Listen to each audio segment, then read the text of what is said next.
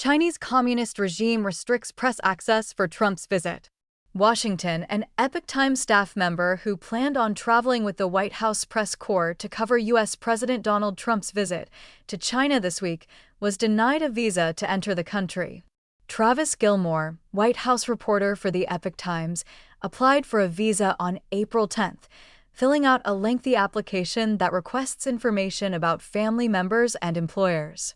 The status of the application remained pending review and was never updated.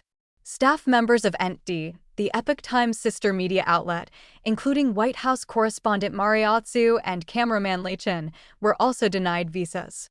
Otsu received treatment similar to Gilmore's, while Chinese-American Lei was immediately rejected. This was the second time Epoch Media Group staff were denied visas for Trump's trip, which was initially planned for late March. Due to the schedule change, they had to submit their visa applications twice. Trump landed in Beijing on May 13th at 7:50 p.m. local time for meetings with Chinese leader Xi Jinping. This is his first state visit to China since 2017.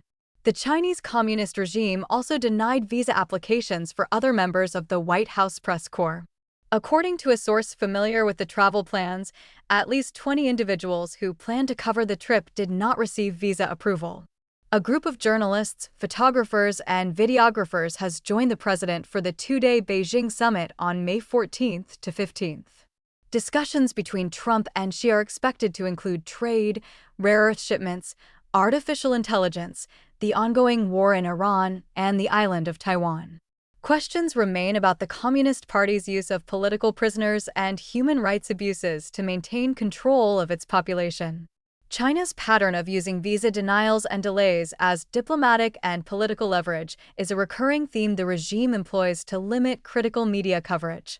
The Epoch Times was founded in 2000 in the United States by Chinese Americans in response to censorship and human rights abuses in China. It is an independent news organization that now publishes in 22 languages across 33 countries.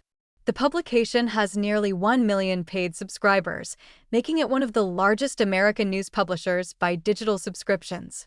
Over the years, the newspaper has faced sustained efforts by the Chinese regime and its agents to shut it down. These have included attacks on the newspaper's reporters and printing facilities in Hong Kong.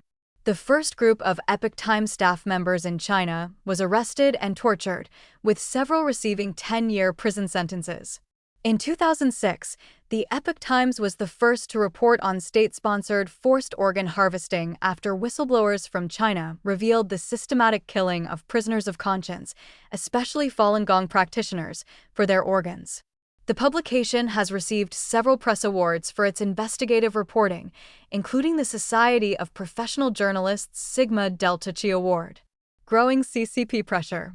Despite its size and global reach, the Epoch Times was not allowed to attend major press events at the Association of Southeast Asian Nations Summit in Malaysia last year.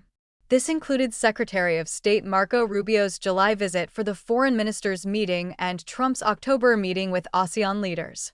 The ENT-D team also ran into similar obstacles in Gyeongju, South Korea, last October while covering the meeting between Trump and Xi at the Asia-Pacific Economic Cooperation Conference. At both ASEAN and APEC meetings, Beijing demonstrated significant regional influence, partly because many member countries have strong economic ties with China.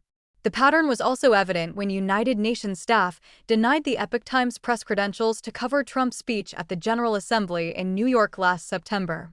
Although the Epoch Times was included in the U.S. State Department's media pool, the UN denied access because it classified the outlet as a non-governmental organization rather than a media outlet. For years, Chinese authorities have put pressure on the UN to interfere with the Epoch Times reporting efforts. In 2003, after days of unanswered follow-ups, a UN press official in New York City told ENT-D that pressure from the Chinese had caused complications with its application to cover the Human Rights Commission events in Geneva. The same thing occurred again in June 2004, with a UN official acknowledging that the agency had received calls from Chinese officials about the broadcaster's press access. The agency, after an initial rejection, eventually issued the credential. Hackers routinely launch cyber attacks aimed at disrupting the Epoch Times operations. Some malicious actors sent messages to federal officials and institutions impersonating the news organization's staff while threatening terrorist attacks. Eva Fu contributed to this report.